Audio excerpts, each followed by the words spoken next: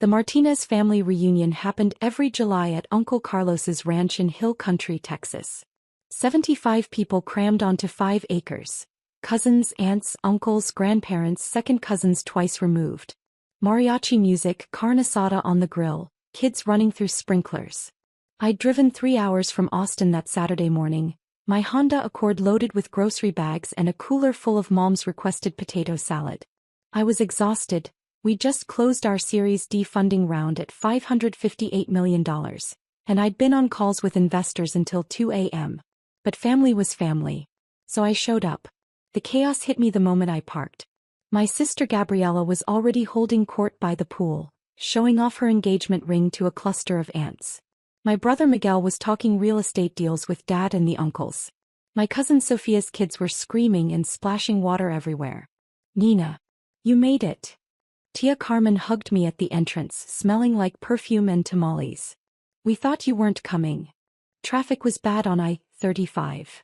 Always is. Come. Everyone's asking about you." That couldn't be good. I found Mom in the kitchen with Abuela and 3 other aunts, assembling enchiladas. "Mija." Finally. "The potato salad." "In the car." "I'll grab it." "And you drove all the way from Austin? In that old car?" "Nina, when are you going to get something reliable?" "It is reliable, Mom. It's a Honda. It's 12 years old. It runs perfectly." Tia Rosa looked up from chopping cilantro. "How's your little business, Nina? Still doing the computer thing?"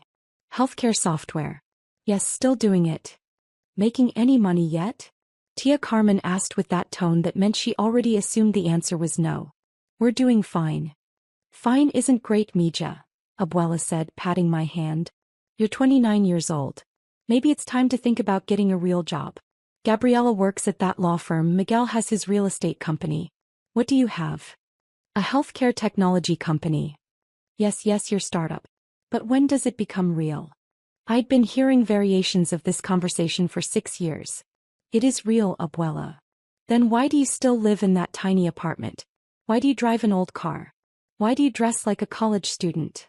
She gestured at my outfit, jeans, a simple white t-shirt and sneakers. "Because I'm comfortable." Mom sighed. "Nina, we love you. But we worry. Most startups fail. We just want you to be realistic about your options before it's too late." I grabbed my potato salad from the car and didn't respond. Lunch was served at 2 p.m. Long tables set up under oak trees, covered in platters of carne asada, chicken, rice, beans, tortillas, salsa. 75 people eating, talking, laughing. I sat at the end of a table with my younger cousins, the ones still in college or just starting their careers. They were easier to talk to. They didn't judge. But halfway through the meal, Gabriella's voice carried across the entire gathering. "Did everyone see the announcement? Carlos proposed last month. We're getting married in January at the Four Seasons." She waved her ring around, a massive diamond catching the sunlight. "He's a partner at Thompson & Associates. We just bought a house in Westlake. 4 bedrooms, pool, lake view." Everyone applauded. Congratulations rang out. Mom was crying happy tears. "And Miguel." Dad stood up, beer in hand. "Miguel just closed his biggest deal yet. A commercial property in downtown Austin. $8.7 million. My son, the real estate mogul." More applause. Miguel stood and took a bow, grinning. Then Tio Roberto called out, "What about Nina? Nina, you still doing your tech thing?" The entire reunion turned to look at me. "Yeah," I said quietly. "Still doing it." "Is it going well?" he asked, genuinely curious. "It's..." "Oh please," Gabriella interrupted, laughing. "Nina's been doing her tech thing for 6 years now. If it was going well, we'd know by now." Several people laughed. Not mean laughter exactly, but amused. Like I'd told a joke.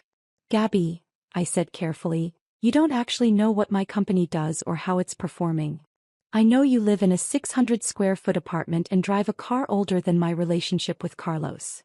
She was playing to the crowd now, emboldened by wine and attention. "I know you work from coffee shops.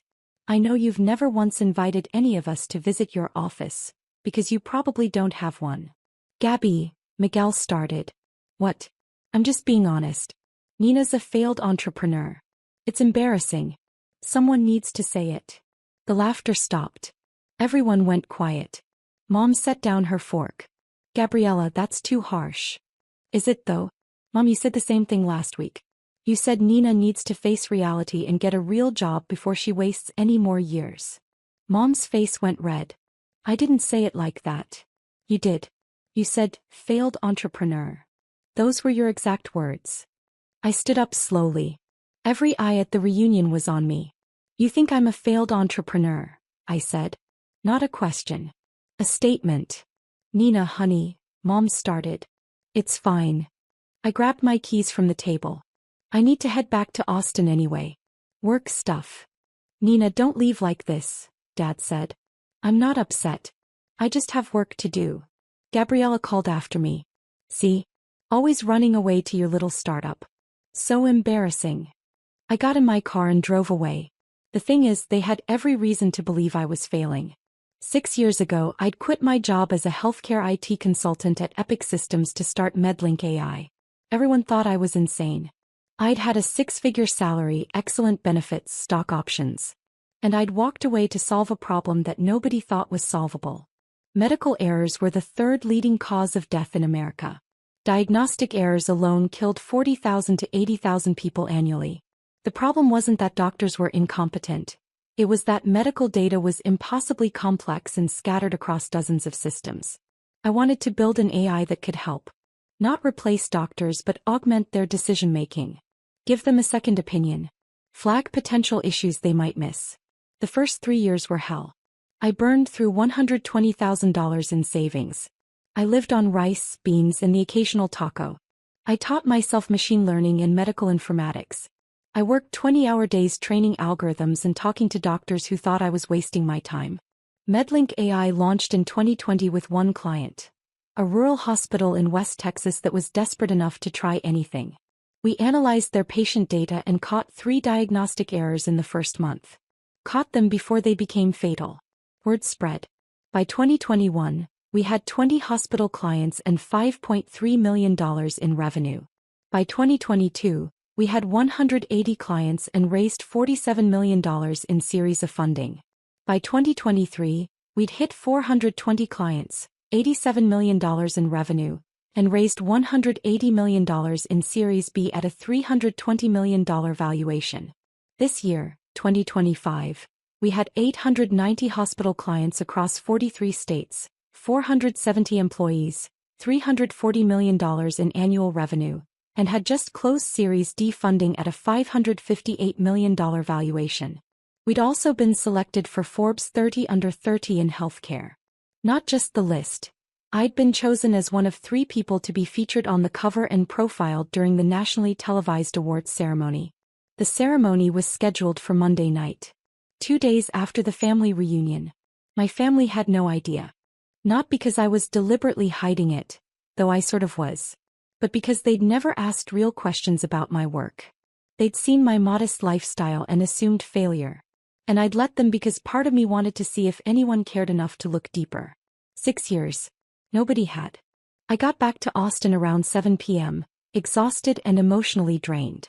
My apartment was small, 600 square feet just like Gabriella had said, but it was mine. Paid in full. No mortgage. No landlord. I poured a glass of wine and sat on my couch staring at my phone. 15 missed calls from Mom. 8 texts from Miguel. 3 from Dad. 1 from Tia Carmen. Mija, your mother is upset. Please call her. I turned off my phone and went to bed. Sunday, I spent the day preparing for the Forbes ceremony. My stylist came to my apartment with 3 outfit options. My PR team sent over talking points. My CEO, James Park, called to review the speech. You ready for this? He asked. Ready as I'll ever be. It's going to be huge, Nina. Forbes 30 Under 30 is watched by millions. After tomorrow night, everyone will know who you are. I know. Does your family know? No. He was quiet for a moment. Are you going to tell them before it airs? No. Let them find out with everyone else. That's cold. Maybe. But they called me a failed entrepreneur in front of 75 people yesterday. They've earned a surprise. James laughed. I can't wait to see their faces. Record their reactions if you can. I'll try. Monday evening, I put on the dress my stylist had chosen. A sleek navy blue gown that cost more than my first 3 months of rent combined. Hair and makeup done professionally. I looked like someone who belonged on a Forbes cover. I took a selfie and sent it to my best friend, Diana. Diana. Holy, you look incredible. Where are you going? Me, Forbes 30 Under 30 Awards ceremony. I'm being featured on the cover. Diana. What? Nina. When were you going to tell me? Me, I just did. Diana. This is huge. Are you nervous? Me, terrified. Diana, you're going to kill it. Call me after. I want to hear everything. Diana, wait. Does your family know? Me, nope. Diana. Oh my God, Nina. You're evil. I love it. The ceremony was at the Four Seasons in downtown Austin. Red carpet, photographers, cameras everywhere. I felt completely out of place, but I smiled and waved and answered questions for Entertainment Tonight, CNBC and Bloomberg. Inside, the ballroom was packed. 600 people, entrepreneurs, investors, executives, journalists. I found my assigned seat at a table near the front with other healthcare honorees. The ceremony started at 8 p.m. It would air live on CNN and stream on Forbes' website. 2 hours in, they got to the healthcare category. Our next honoree, the host announced, has revolutionized diagnostic accuracy in hospitals across America. Her AI platform has analyzed over 400 million patient records and is estimated to have prevented over 12,000 medical errors in the past year alone. Please welcome the founder and CEO of MedLink AI, Nina Martinez. The spotlight hit me. I stood up, my heart pounding, and walked to the stage. The host handed me a crystal award and a microphone. I looked out at 600 people and took a breath. 6 years ago, I said, I quit my job to start MedLink AI. Everyone thought I was crazy. My family thought I was throwing my life away. But I'd seen too many people die from preventable medical errors. I knew there had to be a better way. The audience was silent, listening. Today, MedLink AI serves 890 hospitals in 43 states. We've analyzed over 400 million patient records.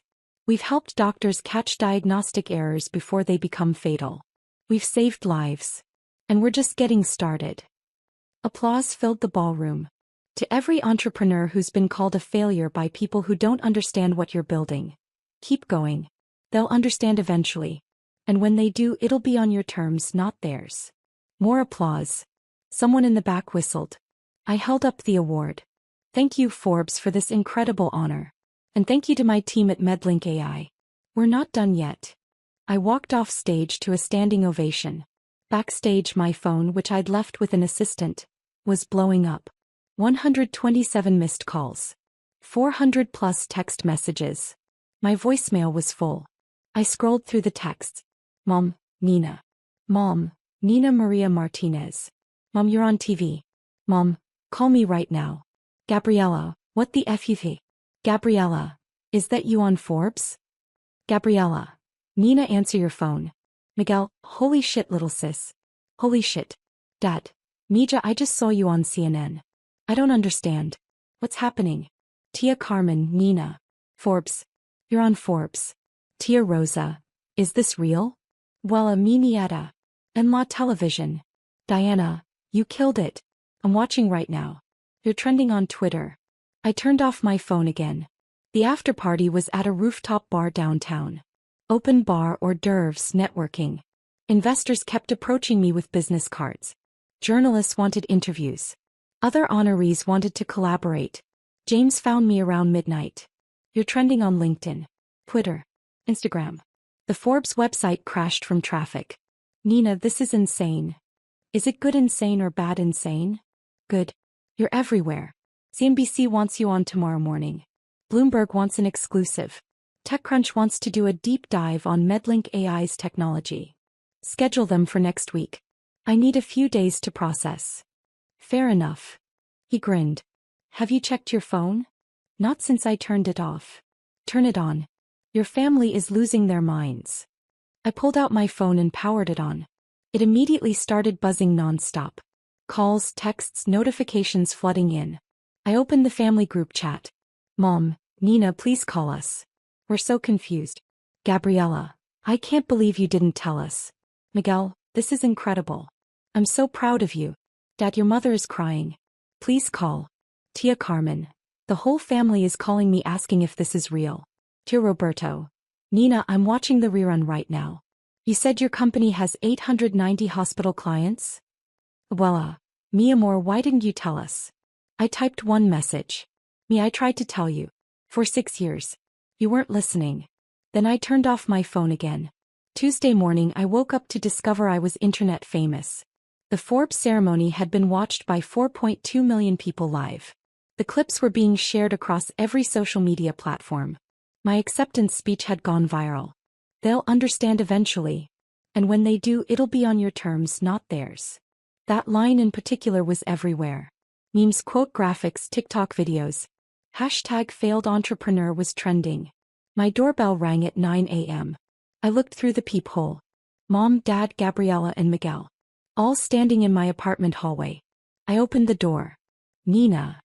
Mom looked like she hadn't slept. Can we come in? I stepped aside. They filed into my small apartment looking around like they'd never seen it before. Which, to be fair, they hadn't. They'd never visited. We watched the ceremony last night, Dad said. All of it. Then we watched it again this morning. And we're trying to understand what happened. You said your company serves 890 hospitals. You said you've analyzed 400 million patient records. Is that true? Yes. Nina, Gabriella said quietly, Forbes said your company is valued at $558 million. Is that true? Yes. How much do you own? 54%. Miguel did the math in his head. His face went pale. That's over $300 million. $301.3 million technically. On paper. I can't access it unless we have a liquidity event. Mom sat down heavily on my couch. I called you a failed entrepreneur. On Saturday. In front of the entire family. You did. And you didn't correct me. Would you have believed me if I had? She didn't answer. Gabriella was pacing my small living room. You let us think you were broke. You let us think you were failing. You let us mock you. I didn't let you do anything. You chose to mock me based on assumptions. I just didn't stop you. That's cruel. Is it? Was it kind when you called me embarrassing in front of 75 people? When you said I was a failed entrepreneur? When you laughed at my tech thing like it was a joke? She flinched. Dad spoke up. Nina, we're sorry. We made assumptions. We were wrong. But why didn't you tell us the truth? I tried to. Every family gathering, every holiday, every phone call. I talked about MedLink AI. About our clients, our growth, our mission. And every single time, you changed the subject or made a dismissive comment. You never asked real questions. You never showed genuine interest. So eventually I stopped trying. We thought we were being supportive, Mom said weakly. By not pushing you. By not making you feel bad about not succeeding. You made me feel bad about trying. That's worse. Miguel sat down on the arm of the couch. The Forbes article says you've prevented over 12,000 medical errors. Is that accurate? Conservative estimate. Our algorithms flag potential diagnostic issues, drug interactions, treatment contradictions. Doctors make the final calls, but we give them data they might have missed. That's incredible. It's what I've been doing for 6 years while you all thought I was wasting my life. The apartment was silent except for the sound of traffic from the street below. Finally, Gabriella spoke. I'm sorry, Nina. I'm really, really sorry. What I said at the reunion was cruel. I was showing off and I made you the punchline.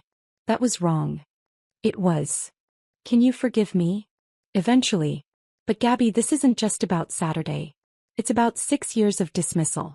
6 years of assumptions. 6 years of nobody caring enough to ask what I was actually building. Mom wiped her eyes. What do we do now? I don't know. I need time to figure out how to be part of this family now that you finally know who I am. We've always known who you are, Dad protested. No, you didn't. You knew who you assumed I was. Those are completely different things. They left an hour later, shell-shocked and apologetic. I spent the rest of the day fielding interview requests and congratulations from colleagues, investors and clients. By evening I had 89 voicemails from extended family members. I listened to 3 before deleting the rest. Tia Rosa, Nina, Mija, I'm so sorry. I should have asked about your work. I should have believed in you. Please forgive me. To Roberto, I can't believe we didn't know. Your father just told me everything. Nina, you're incredible.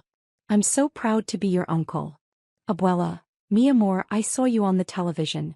You looked so beautiful, so confident. I should have known you were doing something special. I'm sorry I doubted you. Te amo, mija. Diana called at 8 p.m. You broke the internet, she said immediately. That seems dramatic. Nina, you're trending everywhere. Hashtag failed entrepreneur has 2.3 million tweets. Your acceptance speech has been viewed 18 million times. You're a meme. Great. That's exactly what I wanted. How are you feeling? Honestly, exhausted. My family showed up this morning. They're in shock. Good. They should be. What did they say? They apologized. Said they made assumptions and were wrong. And, do you believe them? I don't know. I want to. But Diana, they spent 6 years dismissing my work. Assuming I was failing. Treating me like the family disappointment. One apology doesn't erase that. What do you need from them? I thought about it. Time. And proof that they actually care now. Not because Forbes told them to, but because they genuinely want to know me. That's fair. You know what I think. What? I think you're handling this perfectly. You didn't chase their approval. You didn't beg them to believe in you. You just built something so undeniable that their opinions became irrelevant. That takes serious strength. Or serious stubbornness. Same thing basically. The Forbes cover issue came out in October. My face on the cover with the headline, "The 30 under 30 who are changing healthcare." The article was 6 pages long. It detailed Medlink AI's technology, our growth, our impact on healthcare outcomes. It included interviews with hospital administrators, doctors, and patients whose lives had been saved by our platform. It also included a quote from me: "Success isn't about proving people wrong. It's about building something so meaningful that their doubt becomes irrelevant." My family got copies of the magazine. Multiple copies. I found out later that Mom had bought 50 copies and mailed them to every extended family member with a handwritten note. This is what Nina has been building. We should have known. We should have asked. Slowly, carefully, we started rebuilding. Mom started asking real questions about Medlink AI. Not performative questions, but genuine curiosity about our technology, our mission, our challenges. She even came to our office in Austin, a beautiful space in downtown with 470 employees, and cried when she saw my name on the building directory. Dad started reading medical journals to understand our work better. He'd send me articles. "Nina, I saw this study on diagnostic errors. Is this the kind of thing Medlink AI addresses?" Miguel became my unofficial marketing team. He told everyone he met about his sister who built a $558 million healthcare AI company. Sometimes it was embarrassing, but it was also kind of sweet. Gabriella took the longest to come around. But 3 months after the Forbes ceremony, she called me. "Nina, can we have coffee? Just us." We met at a cafe near my apartment. She looked nervous. "I've been thinking about the reunion," she said. "About what I said. About how I treated you. Not just that day, but for years." Okay. I was jealous. Is that terrible to admit? I blinked. Jealous of what? Of you. Your independence. Your courage. You quit your safe job to chase something you believed in. I've never had that kind of bravery. I took the safe path, law school, law firm, partner, boyfriend. Everything mapped out. And when I saw you doing something risky, something I was too scared to do, I mocked you for it. Because if you failed, it validated my safe choices. And if you succeeded, well, I didn't think that was possible. Gabby. Let me finish. You succeeded. Massively. You built something incredible while I was playing it safe and calling you a failure. That says something about me, not you. And I'm sorry. I'm really genuinely sorry. Thank you for saying that. Are we okay? I thought about it. About 6 years of dismissal. About being called embarrassing in front of the family. About building a company worth $558 million while my own sister assumed I was broke. We're getting there, I said honestly. But Gabby, rebuilding trust takes time. You can't undo 6 years of doubt with one apology. I know. I'm willing to put in the time if you are. I am. We had coffee for 2 hours. For the first time in years we actually talked. About our lives, our dreams, our fears. About what we wanted and what scared us. It was a start. Medlink AI was acquired by Google Health for $1.8 billion in cash and stock. My 54% stake made me worth $972 million after taxes. I kept the company operating independently and stayed on as CEO. The entire team, all 470 employees, got retention bonuses. The earliest employees became millionaires overnight. Forbes ran a follow-up cover story. From 30 under 30 to $1 billion exit. How Nina Martinez built healthcare's hottest AI company. They interviewed my family for the article. Mom said, "We underestimated her for too long. We saw what we wanted to see instead of what was actually there. That's our biggest regret." Gabriella said, "My sister taught me that courage looks different than I thought. She didn't need our approval to succeed. She just needed us to pay attention." Dad said, "Nina succeeded despite our doubt, not because of our support. That's humbling to acknowledge, but it's the truth." Miguel said, "My sister is proof that the quietest person in the room is often the most powerful." I framed all 4 quotes and hung them in my new office, still in Austin but much bigger now. Not because I needed their validation. I'd stopped needing that long ago. But because they'd finally learned to see me. And that, more than any Forbes cover or billion-dollar exit, felt like victory. Last week I got a text from Abuela. "Abuela, Mija, I'm reading about your company in the newspaper. I'm so proud. But I'm also sorry it took me so long to ask about your work. Can you forgive an old woman for being stubborn? Mi abuela, you taught me to be stubborn. It's my greatest strength. Of course I forgive you. Abuela, te amo mi Nina. My brilliant, beautiful granddaughter. Mi, te amo también." I sat in my office that afternoon looking out at the Austin skyline thinking about the journey. 6 years of doubt. 6 years of building in silence. 6 years of being called a failed entrepreneur by people who never bothered to ask what I was building. And then one Forbes ceremony that changed everything. The thing is, the ceremony didn't make me successful. I was already successful. It just made my success visible. And visibility, I'd learned, was a choice. I'd chosen to stay invisible until I was undeniable. And when I finally stepped into the light, I did it on my terms. Not theirs. My